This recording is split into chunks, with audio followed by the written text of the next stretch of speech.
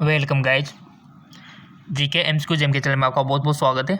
आज हम डिस्कस करने वाले 131 से नेक्स्ट। ठीक है, पिछले वीडियो में काफ़ी सारे क्वेश्चन हमने डिस्कस किए थे और बहुत ही इंपॉर्टेंट क्वेश्चन है गाइज। अगर अभी तक आपने चैनल सब्सक्राइब नहीं किया तो सब्सक्राइब कर लीजिए ताकि आपको रोजाना मल्टीपल चॉइस क्वेश्चन आपको मिलते रहे नॉन स्टॉप डेली। ठीक है, पानी से भरे तालाब की गहराई किस कारण कम दिखाई देती है? अपवर्तन, परावर्तन, विवर्तन या इनमें से कोई नहीं?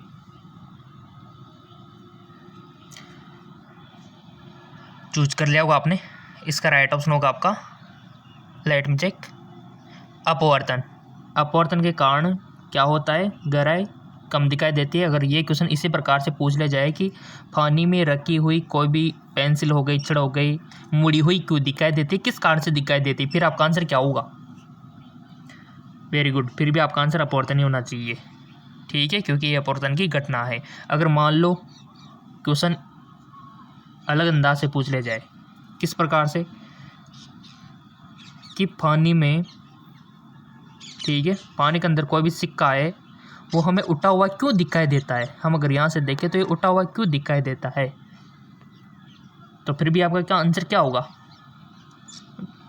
अपवर्तन। ठीक है, अगर मान लो आपसे क्वेश्चन पूछ लिया जाए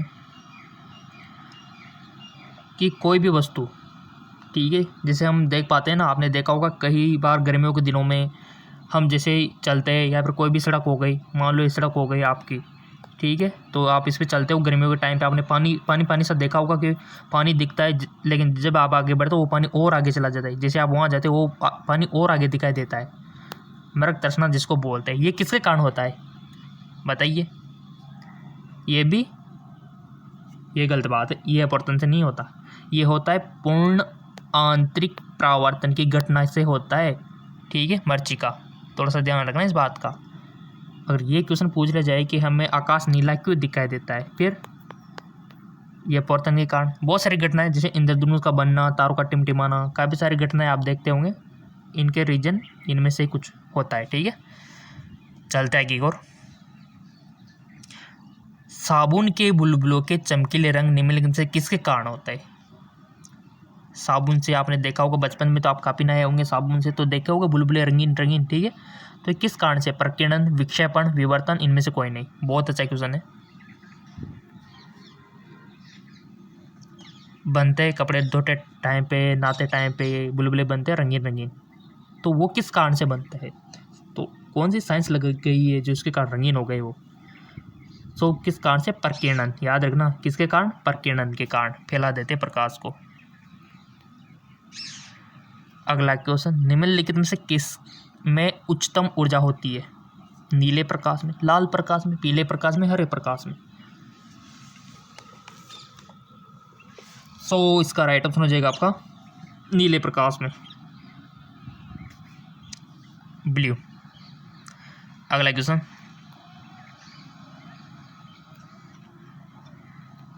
निम्नलिखित प्रक्रमों में से किस एक के साथ पद CMY के संबंधित है?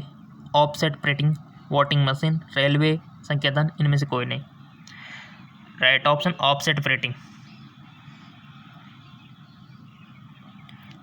जल में वायु का बुलबुला किसकी भांति व्यवहार करता है?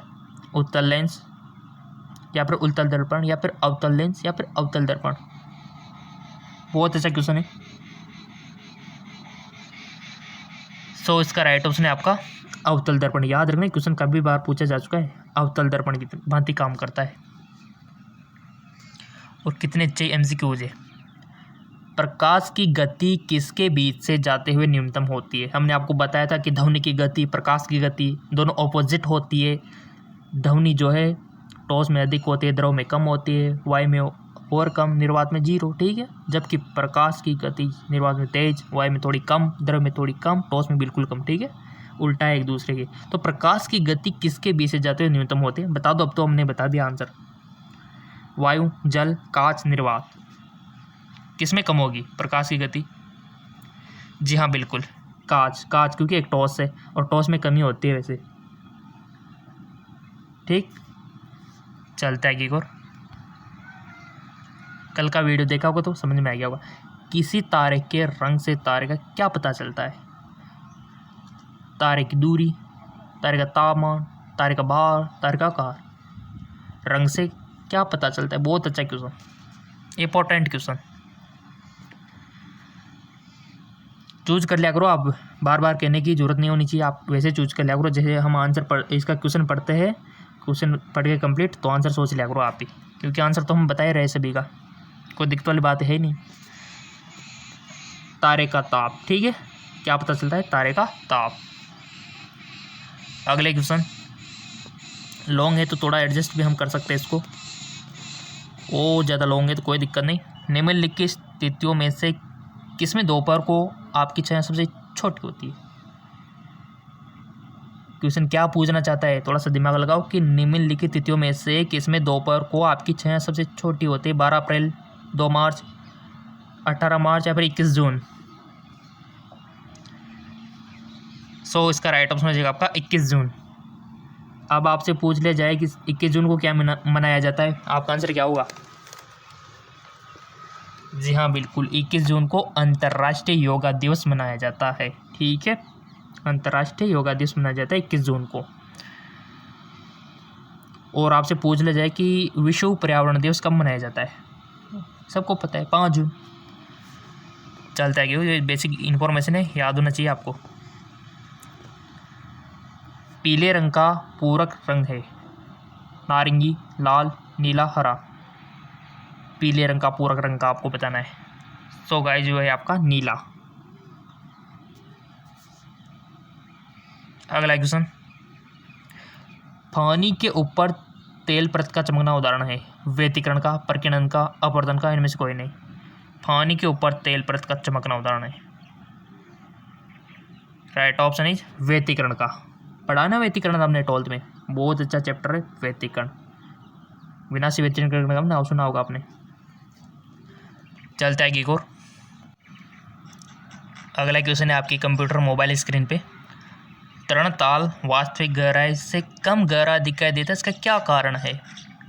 स्विमिंग पूल में आप सब नहाए हो तो कम गहरा दिखाई देता है, लेकिन जैसे कूदते हो, छलांग लगाते हो तो काफ़ी गहरा होता है। ये कम गहरा क्यों दिखाई दे रहा है? प्रकीर्णन, व्यतिकरण, अपवर्तन, प्रकाश। सो इसका राइट ऑप्शन अपवर्तन के कारण ऐसा दिखाई दे रहा है आपको। क्वेश्चन इंपॉर्टेंट है, और आपके लाइक जो है ना, आपके लाइक मिलते रहेंगे तो हम भी क्वेश्चन अपलोड करते रहेंगे, कोई दिक्कत वाली बात नहीं। सारे काम छोड़ के हम पहले वीडियो बनाते हैं, देखो आपके लिए, क्योंकि आपके लाइक से मोटिवेशन मिलता है।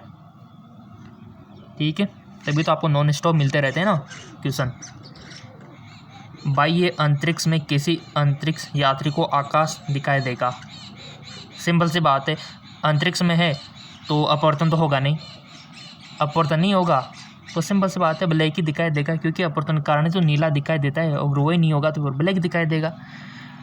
तो ये तो क्वेश्चन आप सभी को आ गया होगा, ब्लैक दिखाई देता है,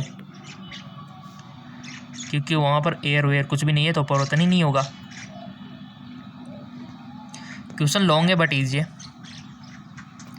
कि अबिंदुकता का दोष दूर करने के लिए निम्नलिखित में से किस लेंस का प्रयोग किया जाता है? एक होता है निकट दृष्टि दोष, एक होता है दूर दृष्टि दोष, और एक होता है जरा दृष्टि दोष, एक होता है अबिंदुकता दोष।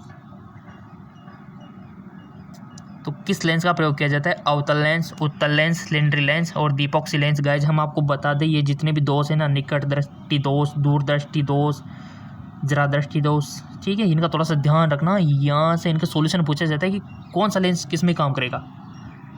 ठीक है, तो इसको थोड़ा सा याद होगा वैसे बेसिकली आपको, क्योंकि आप 10th से पढ़ते आ रहे हो ना इसको। तो बताओ फिर आंसर इसका कि अबिंदुकता का दोष दूर करने के लिए किस लेंस का प्रयोग किया जाएगा? अवतल, उत्तल या फिर सिलेंडर या फिर दीपोक्सी। ईमानदार से बताना, आप अपनी ईमानदारी नहीं खोगे तो कितने भी आगे आप जा सकते हो ज़िंदगी में, याद रखना ईमानदारी। सो गाइज आपने चूज कर लिया होगा इसका आंसर, चेक करने जा रहे हैं हम, तो ये लीजिए सिलेंडरी लेंस इसका राइट ऑप्शन हो जाएगा, करेक्ट। अगला क्वेश्चन, थोड़ा सा इसको जूम कर लेते हैं ताकि आपको अच्छा दिख जाए, हमारे स्टूडेंट को कोई भी दिक्कत नहीं होनी चाहिए। एक प्रिज्म से गुजरने पर जो प्रकाश सबसे अधिक अपवर्तित होता है वह है? प्रिज्म पता है ना, हरा, बैंगनी, लाल, नारंगी, कौन सा है? एक प्रिज्म से गुजरने पर जो प्रकाश सबसे अधिक अपवर्तित होता है, ऐसे क्वेश्चन बनते हैं आपके, देखो। सो चूज कर लिया होगा आपने, इसका राइट ऑप्शन बैंगनी, याद रखना, बैंगन से याद रख लेना, बैंगनी, क्योंकि बैंगन सीधा सा होता है ना, तो इसी प्रकार ये सबसे अधिक अपरिवर्तित है। अब क्वेश्चन बन सकता है कि सबसे अधिक परिवर्तित कौन सा है, फिर क्वेश्चन ऐसे भी बन सकता है, तो थोड़ा सा उसको ध्यान रखना। उसमें प्रिज्म का इधर से लाइट बहते रंग विभाजित होता है, कौन सा अधिक विचलित है कौन सा नहीं है, उसका ध्यान रखना थोड़ा। आपका एंट्रांस एग्ज़ाम क्लियर हो जाए फिर तो कोई दिक्कत वाली बात नहीं है, हम एंट्रांस एग्ज़ाम क्लियर करवाने के लिए तो ये कर रहे हैं।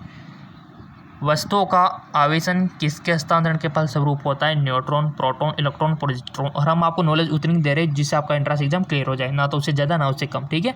अगर ज़्यादा देंगे तो आपकी मेमोरी फुल हो जाएगी, ठीक है, और कम देंगे तो आपको एंट्रांस में दिक्कत होगी, तो लेवल वही है जो आपके एंट्रांस में काम आएंगे। वस्तुओं का आवेशन किसके हस्तांतरण के फलस्वरूप होता है, neutron, proton, electron, positron. Electron. अगला क्वेश्चन, और किसी भी क्वेश्चन में देखो मिस प्रिंट लग रही हो तो कमेंट कर देना, उसका सॉल्यूशन हम मिलकर निकाल लेंगे, ठीक है ना। अति चालक का लक्षण है उच्च पारगम्यता, अनंत पारगम्यता, शून्य पारगम्यता, निम्न पारगम्यता। अति चालकता का लक्षण, तो राइट ऑप्शन हो जाएगा आपका उच्च पारगम्यता। शुष्क सेल है प्राथमिक सेल, द्वितीयक सेल, तृतीयक सेल, इनमें से कोई नहीं।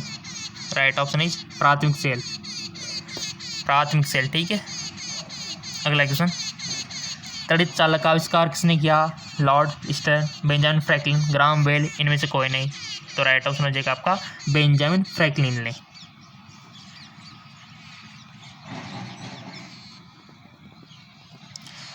विद्युत उत्पन्न करने के लिए कौन सी धातु का उपयोग किया जाता है, लोहा, यूरेनियम, तांबा, ये सभी।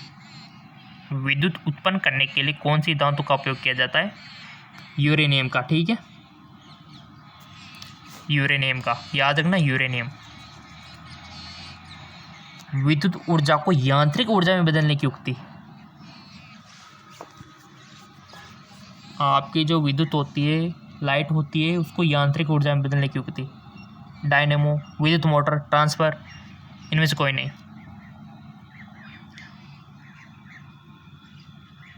सो इसका राइट ऑप्शन हो जाएगा आपकी विद्युत मोटर, क्योंकि लाइट लेके कोई भी यांत्रिक कार्य कर सकती है, जैसे कि पंखा का घूमना, ठीक है, आपके जो दही से घी बनाने वाली मशीन आती है, कोई भी रोटेशन चीज़ हो गई। अगर इसका उल्टा पूछ ले जाए कि यांत्रिक को विद्युत में कन्वर्ट करने वाली युक्ति, फिर क्या बोलोगे, फिर आपका डायनेमो सही होगा, जनरेटर सही होगा, जनरेटर आप जिसको बोलते हो, ठीक है, वो आपका सही होगा। चलते आगे एक और। अगला क्वेश्चन है, एकीकृत परिपथ में प्रयुक्त अर्धचालक चिप निम्न की बनी होती है। अर्धचालक का ध्यान रखना, ये पूरा चैप्टर है आपके सेमीकंडक्टर वाला, 101% क्वेश्चन आएगा यहाँ से हमारा, ठीक है। सिलिकॉन, जिरकॉन, कार्बन, इनमें से कोई नहीं। देखो, एकीकृत परिपथ में प्रयुक्त अर्धचालक चिप निम्न की बनी होती है, तो वो बनी होती है आपके सिलिकॉन की। अगला क्वेश्चन, प्रत्यावर्ती धारा को दिष्ट धारा में यानी कि एसी को डीसी में परिवर्तन करने वाली युक्ति को क्या कहते हैं। बहुत अच्छा क्वेश्चन है गाइस, ये तो इंपॉर्टेंट है। रेक्टिफायर, ट्रांसफार्म, या फिर ट्रांसमीटर, या फिर इनमें से कोई नहीं, जो आपकी एसी को डीसी में कन्वर्ट कर दे, एसी को डीसी में, याद रखना, इंपॉर्टेंट है क्वेश्चन। सो गाइज वो है आपका रेक्टिफायर, याद रखना क्या है, रेक्टिफायर। अगर क्वेश्चन उल्टा बन जाए तो, कि डीसी को एसी में बदलने वाली युक्ति कौन सी है, क्वेश्चन तो बन सकता है, देखो दिमाग लगाओ थोड़ा सा, डीसी को एसी में, तो याद रखना वो है इन्वर्टर, ठीक है। क्या है, इन्वर्टर। आप देखा होगा इन्वर्टर किसी के घर में लगा होगा तो कि बैटरी होती है बड़ी बड़ी सी, जबकि बैटरी में तो क्या होता है, डीसी होता है। उससे आपके पंखे कैसे चल गए, क्योंकि उसने इन्वर्टर ने कन्वर्ट कर दिया एसी में, ठीक है। इन्वर्टर भी साथ में होता है उनके, और वो बैटरियाँ होती है ना, वो डीसी करंट प्रोवाइड कराती है, इन्वर्टर्स को कन्वर्ट करके एसी भी सप्लाई करता है। तो ऐसे उल्टा भी याद रखा करो। तो यहाँ पर एसी को डीसी में कौन बदलेगा, रेक्टिफायर, ठीक है। चलते हैं, क्वेश्चन अच्छे है और हम आपको अच्छे से समझा रहे हैं, फिर भी कोई दिक्कत हो तो फेसबुक इंस्टाग्राम पे पूछ सकते हो। लिंक हमने नीचे दे रखा है फेसबुक इंस्टाग्राम का, आपके लिए डिस्क्रिप्शन में लिंक दे रखा है इंस्टाग्राम फेसबुक का। हस्ताय चुंबक बनाए जाते हैं तांबे के, इस्पात के, नरम लोहे के, से बी के, बताइए। हस्ताय चुंबक परमानेंट होता है, आपने देखा होगा एक अस्थायी चुंबक, एक अस्थायी चुंबक। तो ये किसके बनाए जाते हैं? इस्पात के। किसके? इस्पात के। अगला क्वेश्चन, चुंबकीय क्षेत्र का मात्रक होता है? Weber, domain, Gauss, Henry. चुंबकीय क्षेत्र का मात्रक चूज कर लिया होगा आपने, वैसे 5 सेकंड का टाइम हम आपको देते हैं। चुंबकीय क्षेत्र का मात्रक होता है गॉस। किसी भी क्वेश्चन में अगर आपको डाउट हो, मिस प्रिंट हो, गलत सा लग रहा हो, समझ में नहीं आ रहा हो तो कमेंट कर देना, नेक्स्ट वीडियो में सॉल्यूशन हम आपको बताएंगे। शुष्क सेल में जो ऊर्जा संग्रहित हो रहती है वह है उसमें ऊर्जा, रासायनिक ऊर्जा, विद्युत ऊर्जा, इनमें से कोई नहीं। शुष्क सेल में जो ऊर्जा संग्रहित हो रहती है, राइट ऑप्शन रासायनिक ऊर्जा। ठीक है, रासायनिक ऊर्जा। बिजली के पंखे की गति बदलने के लिए प्रयुक्त साधन है? स्विच, रेक्टिफायर, रेगुलेटर, अन्य। बिजली के पंखे की गति बदलने के लिए होता है ना कम ज़्यादा करने का, उसको क्या बोलते? अगर मान लो सर्दी लग रही है तो कम कर देते हो, गर्मी लग रही है तो उसको तेज़ कर देते हो, आपके हाथ में होता है ना वो, उसको क्या बोलते हैं? वेरी गुड, उसको बोलते हैं आप रेगुलेटर। ठीक है, रेगुलेटर यानी कि नियंत्रक, जिससे आप नियंत्रण कर सको। अगला क्वेश्चन, फेराडे का नियम किस प्रक्रिया से संबंधित है? फेराडे का नियम इंपॉर्टेंट है, देख लेना गाइज, क्वेश्चन बन सकता है फेराडे के नियम से। गैसों का दाब, क्वेश्चन आपके 11th और 12th से ही आएंगे, बाहर कहीं से भी नहीं आएंगे। 11th 12th अच्छे से देख लो, अच्छे से कंप्लीट कर लो, जो हम पढ़ा रहे हो पढ़ लो, एनसीईआरटी को फॉलो कर लो, 100% सिलेक्शन है। फेराडे का नियम किस प्रक्रिया से संबंधित है? गैसों का दाब, गैसों की अभिक्रिया, तापमान एवं दाब, इलेक्ट्रोलाइसिस। तो राइट ऑप्शन हो जाएगा आपका इलेक्ट्रोलाइसिस, फेराडे का नियम। ठीक है, और क्वेश्चन ये भी कम लग रहे हो तो हमारा जेके लोन जॉब चैनल है, जेके लोन जॉब चैनल, इसका भी लिंक नीचे डिस्क्रिप्शन में दिया हुआ है। निम्न में से कौन विद्युत अचुम्बकीय है? इंपॉर्टेंट, डायामैग्नेटिक, पैरामैग्नेटिक, आपके जो प्रति चुम्बकीय, लौह चुम्बकीय, अनुचुम्बकीय है। यहाँ से क्वेश्चन 100% बनेगा गाइज, तो उसको उदाहरण भी देख लेना, परिभाषा भी देख लेना। तो यहाँ पूछा गया है कि निम्न में से कौन विद्युत अचुम्बकीय है? कोबाल्ट, क्रोमियम, तांबा, निकल। तो राइट ऑप्शन हो जाएगा आपका तांबा। अगला क्वेश्चन, चुंबकीय अमोतर और भौगोलिक अमोतर के बीच के कोण को क्या कहते हैं? चुंबकीय आघूर्ण, चुंबकीय नति, चुंबकीय दिक्पात, इनमें से कोई नहीं। तो राइट ऑप्शन है आपका चुंबकीय दिक्पात। अगला क्वेश्चन, निम्नलिखित में से कौन सा एक प्रकृति में अनुचुंबकीय है? हाइड्रोजन, ऑक्सीजन, नाइट्रोजन, लोहा। निम्नलिखित में से कौन सा एक प्रकृति में अनुचुंबकीय है? अनुचुंबकीय वो है आपका ऑक्सीजन। क्या है आपका? ऑक्सीजन।